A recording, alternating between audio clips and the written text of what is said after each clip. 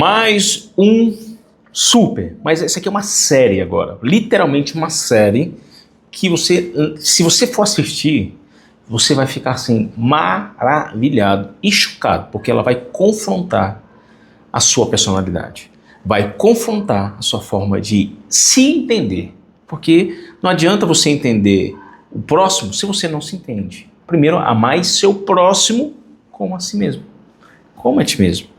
Como que você vai amar seu próximo se você não se ama? Como que você vai entender o seu próximo se você não se entende? E muitas vezes você critica uma pessoa porque ela tem aptidões semelhantes a você.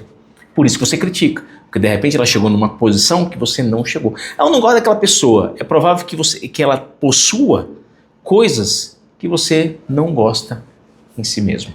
Ninguém consegue ver aquilo e reconhecer algo negativo na outra se não também não tiver. Isso é fator psicológico. Tá preparado? E olha o tema muito chocante que é uma série. Tá aí, ó. Tá! O maior mistério do YouTube. Os 5 elementos que Deus usou para criar Adão: fogo, terra, água e ar. Série parte 1, que é a introdução do que você vai entender nesses vídeos que se seguirão. Eu posso até fazer com que essa série fique muito maior do que ela realmente é. Tudo vai depender do que você achar, do seu comentário. Tá preparado? Porque a primeira coisa que a gente tem que entender qual é o mistério. Tá aí, ó. O mistério dos 5 elementos e a alma humana. Mas claro, isso aí só tem 4. Não é pegadinha. Não é pegadinha, e você vai ver que tem tudo a ver com o que eu vou te explicar. Mas lembra que eu te falei que isso aqui é a introdução? Para você entender hoje a gente vive cheio de informações. Cheio de, porque vários perfis, quero fazer o meu perfil, personalidade, e vou colocar aqui os principais.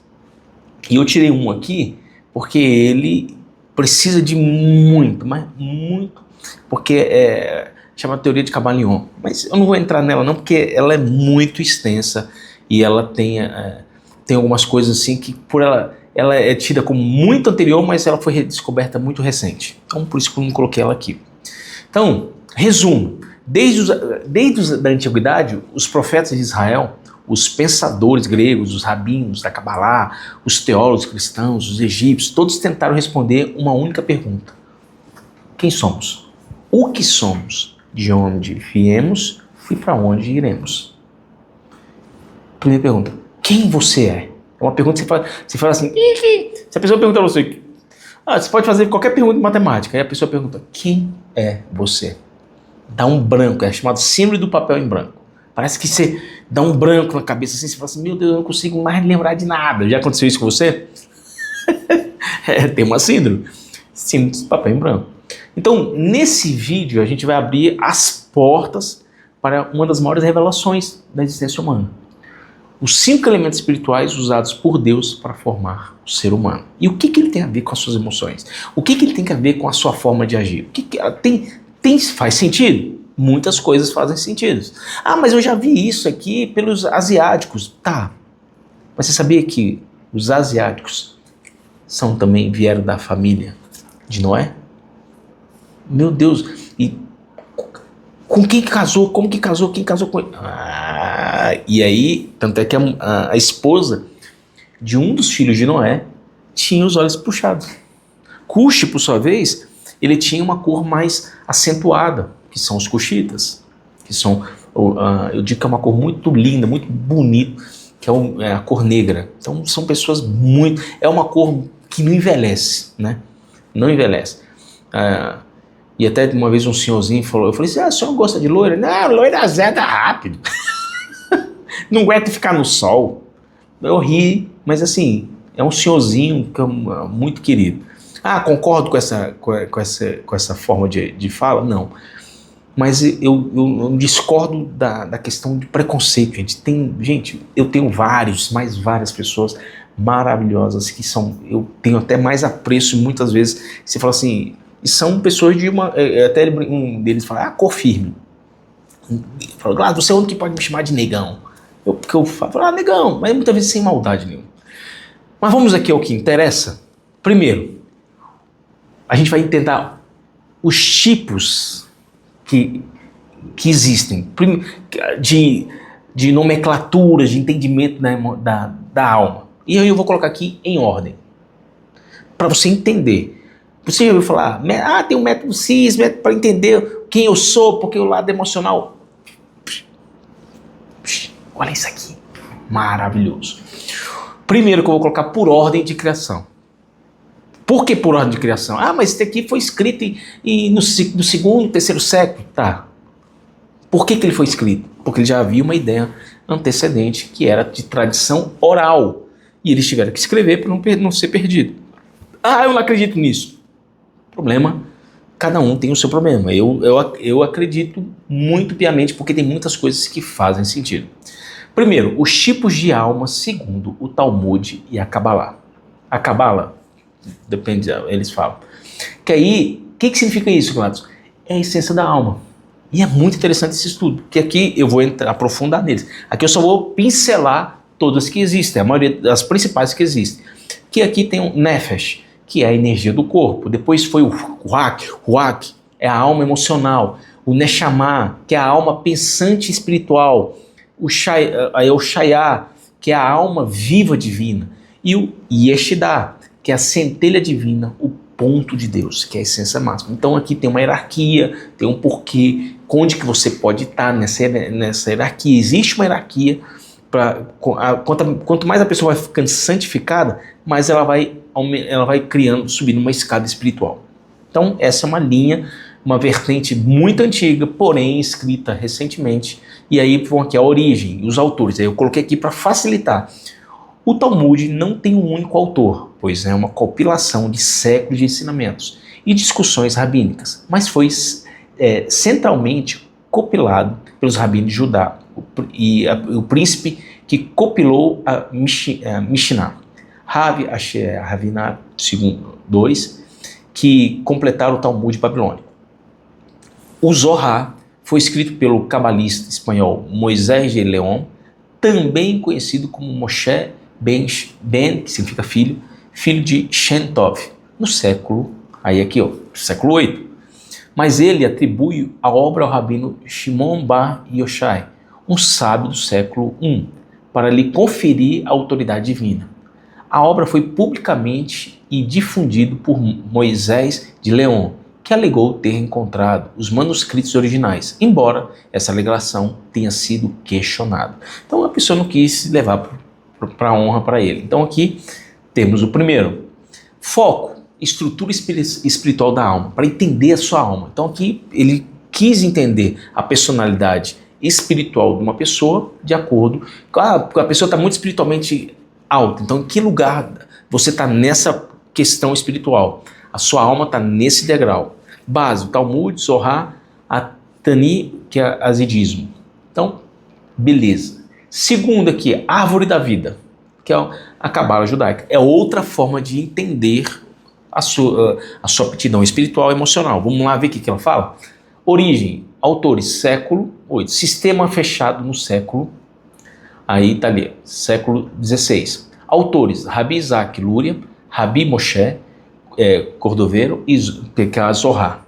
Natureza, espiritual, emocional e moral. Então aqui é uma base do misticismo judaico. Aqui você vai ver, e aí tem que são as 10 sefirotes, que aí para você entender em qual cabeça, que é esse desenho aqui comum que você está vendo aí agora na sua tela, que está aí, ó, que cada um representa uma qualidade da alma de Deus, que é a bondade, a Gevurah, que é o rigor, a Tiferet, beleza, equilíbrio, e tem vários outros, são 10 no total. E aí você, para saber em que nível que você está. Então aqui já é um pouco mais detalhado do que a questão da alma. Tudo isso para entender. E aí tem uns que tem desenho humano, que você viu aqui anteriormente, ó. Um tem o desenho do ser humano, que é o mesmo desenho que está ali.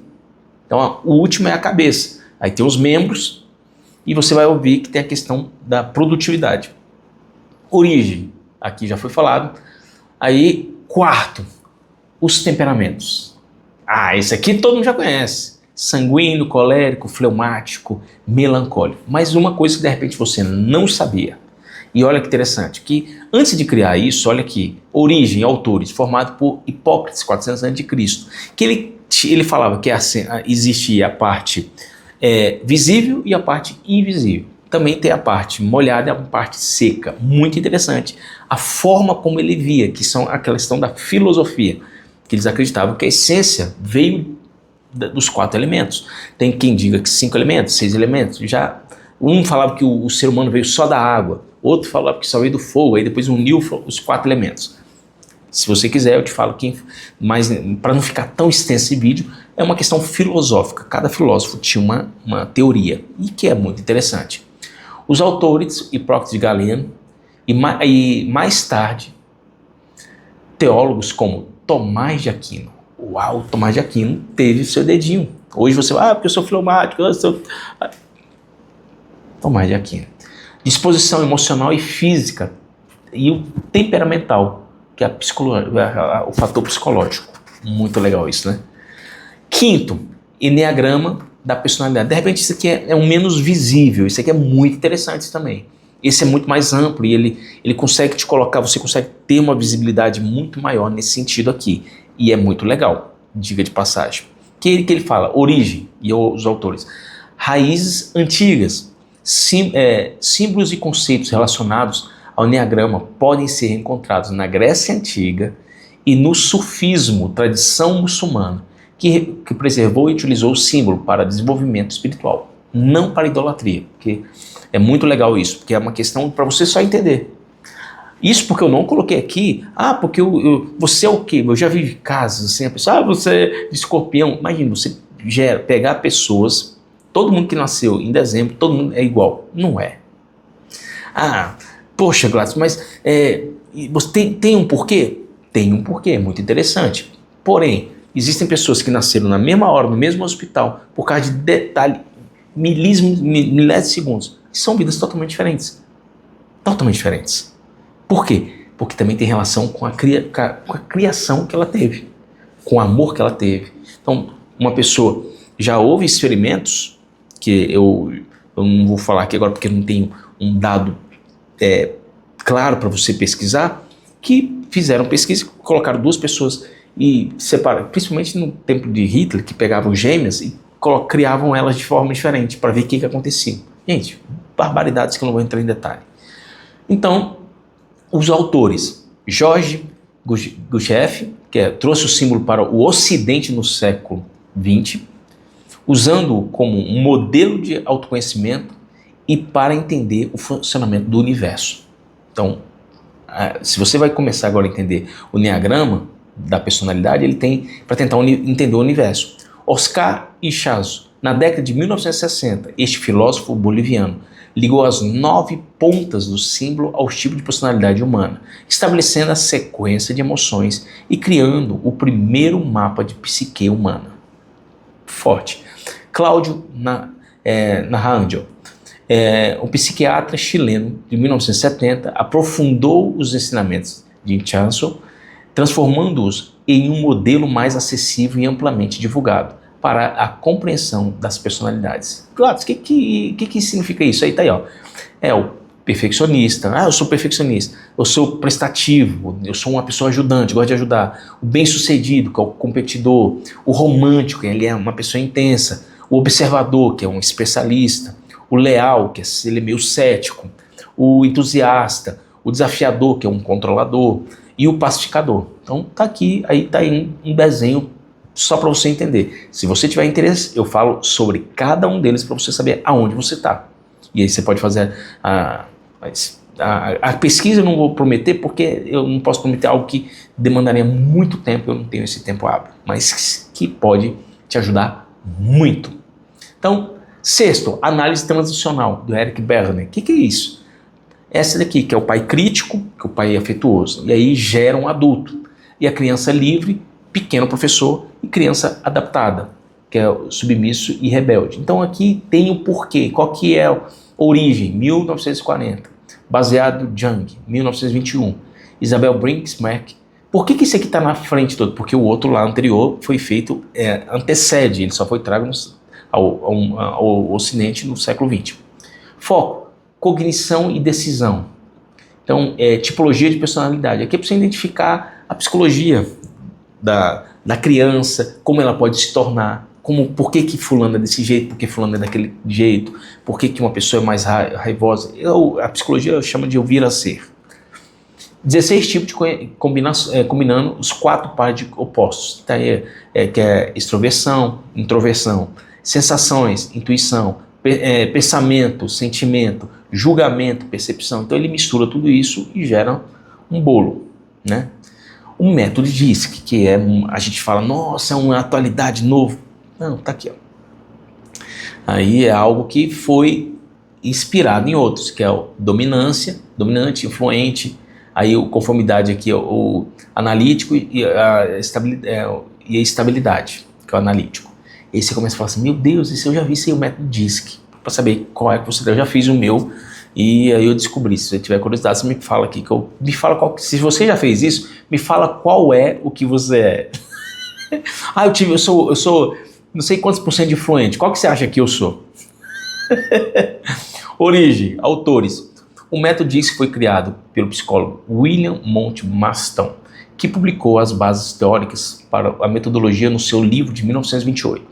As emoções das pessoas normais. Anos depois, em 1945, o psicólogo Walter Vernon Clark adaptou as teorias de Mason, desenvolvendo o teste de perfil DISC, que o tornou uma ferramenta prática e mensurável para o ambiente corporativo. E só o Brasil ficou uma moda na década passada. Era uma moda, todo mundo queria, o método DISC, Então agora você sabe que é algo que demorou, chegou no Brasil. Autor William Moulton, foco, comportamento em ambientes sociais e profissionais. Então aqui era feita uma aptidão para você saber o que você é, se é dominante, você é influente, você é analítico, para você não ficar contratando qualquer tipo de pessoas. É válido? Sim. É importante para a sua empresa? Muito interessante. Natureza comportamental, voltada à performance, liderança e trabalho em equipe. Então é para você saber. A pessoa não sabe trabalhar em equipe, então coloca ela para trabalhar sozinha. Tem pessoas que têm o dom de Nikola Tesla não gostava de trabalhar com ninguém. Olha o gênio que ele era. É respeitar cada um cada macaco no seu galho. Aí tem o dominância, direito objetivo e decidido, influência, comunicativo, otimista e persuasivo, estabilidade, calmo, leal, corporativo, conformidade, analítico, perfeccionista e detalhista. Então tá aqui, ó. 9, as inteligências múltiplas, Robert Gassi. Gente, isso aqui é muito legal. Que é o naturalista, linguística, logística matemática, interpessoal, corporal, sinestésico, musical, existencial, visual, espacial, intrapessoal. Então é outra forma de analisar o ser humano. E aí tá aí um desenho maravilhoso para você. As inteligências múltiplas. Aí cada um deles está aqui. Para você saber qual. Eu gosto de música. Eu gosto de desenho. Qual dessas partes aqui é? O que você mais gosta? Eu sou matemático, eu sou lógico. Eu sou da lógica. Então, de repente, é algo que você possa se identificar. Eu gosto muito aqui, eu já identifiquei aqui com vários aqui. Ó. Eu gosto de praticamente tudo. Eu gosto de cantar, mas eu sou um péssimo cantor. Eu gosto de sinestesia, eu gosto de... Não sou não. Eu fui fazer um teste, eu não sou muito sinestésico. Interpessoal, eu gosto de meus momentos. Eu sou químico, eu sou desenhista, sou linguística, natural. Você tem um pouco de tudo. Não é que você é melhor. De repente você tem algo melhor em algo. 10º, as 5 linguagens do amor. Gary Chapman. E aí tem tudo a ver, porque aqui você vai entender. Porque eu sou uma pessoa com palavra de afirmação, eu gosto de ser elogiado. Então você está dentro de uma linha. Então houve uma mistura de todos. Você fala, mas o dominante, o influente gosta de palavra de afirmação. Eu já vi dominantes, eu já vi influentes que não gostam de palavra de afirmação. É muito, assim, é subjetivo, é muito amplo você tentar pegar o ser humano e fazer ele criar uma receita de bolo. Toque físico, tempo de qualidade, atos de serviço, presentes. Então, aqui eu acho muito legal que tem muitas coisas assim. Eu sou muito de presente, atos de serviço. Tempo de qualidade depende muito. Aí tá aqui o desenhozinho fantástico que eu fiz para você. Então, e aí o que é o mais importante de tudo isso? Que eu quero que você entenda. Mas você quer a minha opinião sincera? Você não é uma simples análise. Você é muito mais do que isso. Você saber que Deus tem o poder de transformar a sua vida.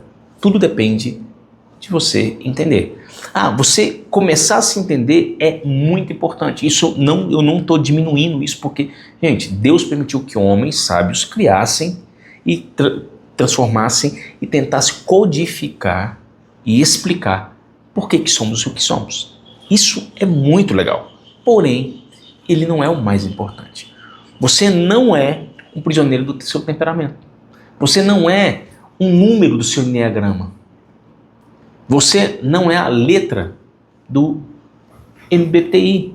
Você também não é a linguagem corporal. Você pode modificar. O não decidir é uma decisão. Quando você não decide ser o que você é, você já começou a transformar. Deus reprogramou na vida de José todas as coisas que acontecem na sua vida. É para te ensinar a ser melhor. Muitas vezes você perdeu algo, perdeu muitas coisas, porque Deus quer te ensinar humildade. Ele está te reprogramando. Porque muitas vezes você foi grosso com alguém e Deus te faz sentir aquele sentimento para você se reprogramar e falar, eu falei mal. Já aconteceu muitas vezes comigo isso. Já aconteceu uma vez de eu maltratar uma pessoa e depois eu pedir perdão para ela. Por quê? Porque a palavra compaixão é se pôr no lugar dele. O maior aprendizado é muitas vezes você sentir na experiência. Tem um caso muito interessante, uma história maravilhosa, que dois grandes amigos, um menino era muito amigo do príncipe, e os dois eram muito amigos, mas muito, era o melhor amigo do príncipe. Falou, esse é o meu amigo, fulano. Certo dia, o pai do príncipe morreu, e naquele dia o amigo não teve como consolar seu grande amigo. E nisso, o amigo andando na rua, procurando um amigo, querendo consolar, porque o pai havia morrido, não conseguiu mais ter acesso ao príncipe. E a vida dele começou, enquanto ele tinha um príncipe como amigo, tudo dava certo. De uma hora para outra as coisas começaram a dar tudo errado.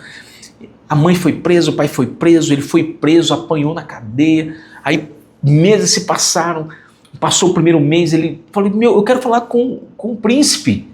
E toda vez que ele falava o nome do príncipe, ele apanhava. Toda vez que ele tentava usar o nome de alguém, ele apanhava. Aí, passados 6 meses, ele não falou mais o nome do príncipe. Não usou mais a sua influência.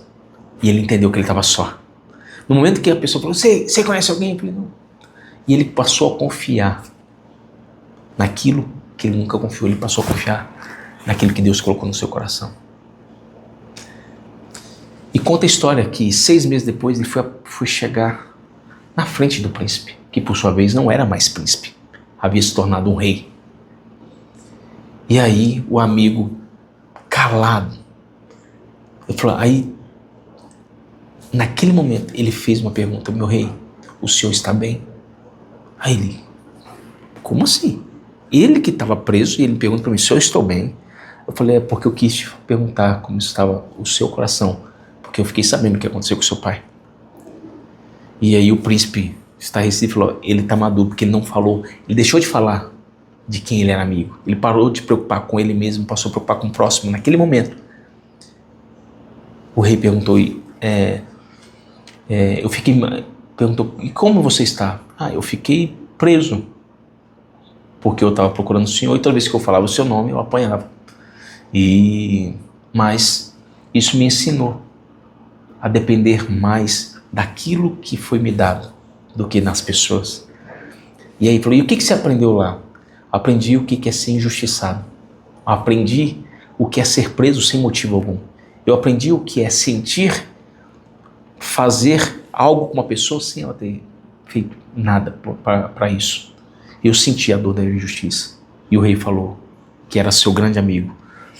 Hoje eu entendo que você foi preparado. Quando os meus sábios falaram isso, eu não concordei. Mas hoje eu entendo que eles têm toda a razão. Ele, por quê? Porque eu estava ciente a todo momento que você estava preso. Os seus pais já estão soltos. Eu dei agora, por conta da sua fala e do que você passou, e porque você não tem rancor no seu coração, você está apto a ficar na maior função do meu país. Ele, qual é? De ser o ministro da justiça. Porque você sabe o poder de ser injustiçado. Quem é injustiçado nunca vai injustiçar outra pessoa. Quando ele tem um coração pleno, ele sabe qual é a dor de ser injustiçado. E muitas vezes as suas emoções foram de algo que você ainda não viu, que você não ficou no outro lado para saber o que é ser injustiçado pelas suas emoções. Falar o que você quer, falar o que você precisa, do jeito que você quiser. As pessoas não precisam ouvir aquilo que você acha que é o certo. Ah, mas é uma crítica construtiva. Não existe crítica construtiva, porque toda crítica destrói algo. Só espero que não destrua a sua vida. E o próximo vídeo a gente vai detalhar, a gente vai começar a falar sobre a ordem da criação, dos itens e qual é a relação deles dentro de cada um, sobre terra, fogo, água, ar e o quinto elemento, que é o último elemento, que ele é primordial para a criação. E o quinto elemento, ele é o primeiro.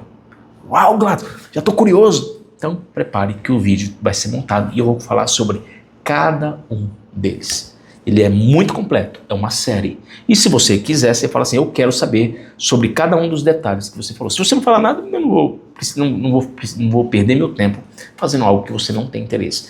Coloca aqui, eu tenho interesse de saber sobre cada um, para entender o meu perfil. Sobre cada um que eu falei. Ah, eu quero da Sefirot, eu quero da linguagem do amor. Explica aqui para mim, Gladys, de uma forma mais bíblica possível. Quer saber mais? Então, entra em detalhe, coloca aqui um oi, dá um joinha e a gente vai para o próximo vídeo.